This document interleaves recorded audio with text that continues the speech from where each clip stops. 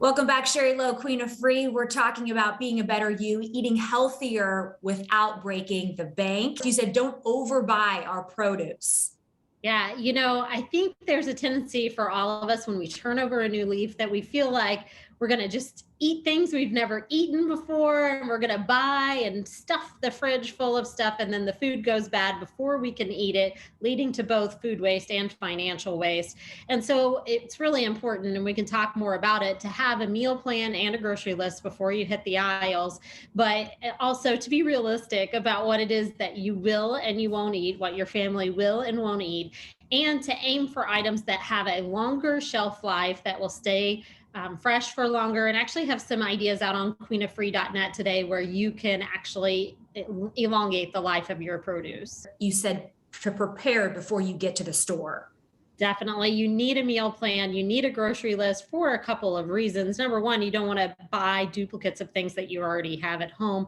But number two, there's a theory that revolves around an idea called choice distraction, which means every time we're in the store, we have to say no to ourselves hundreds of times. Every time we see a product, we have to say, no, you can't have that. No, you can't have that. And having a list will actually decrease that choice distraction. So even if you pull out a scrap piece of paper in your car before you go into the grocery store and jot down your list right then and right there, that's going to decrease your spending and that choice distraction.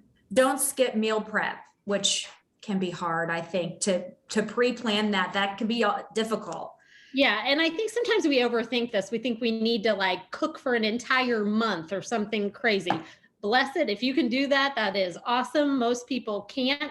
But if you can program in an hour of time, Sundays are typically a great day to do it because the week is ahead, and just do some simple things. You don't have to prepare the entire meal, but you might chop some vegetables up or fix some portions of meat in advance so that you can add them quickly to dishes. Or even things as simple as this week, I put smoothie components into individual bags in the freezer, and I've had a smoothie every single day this week because it was already ready for me. Mhm. Could I take the time and pour that in when I'm making it? Definitely. But that one little easy step of using a reusable container and pre-mixing my smoothie has been awesome. Yeah, one less step, right? And then our last point here, don't rely on old recipes. Yeah, I really, really struggle with this myself. You can fall into a rut and feel like you're eating the same things over and over again. And maybe you want to try new foods in the new year. That is okay too, within moderation. And I'm using a new app called Budget Bites, Bites with a Y instead of an I. It's a website that you can use for totally free, but for $3.99, you can pick up the app on a one-time purchase. It's not a subscription.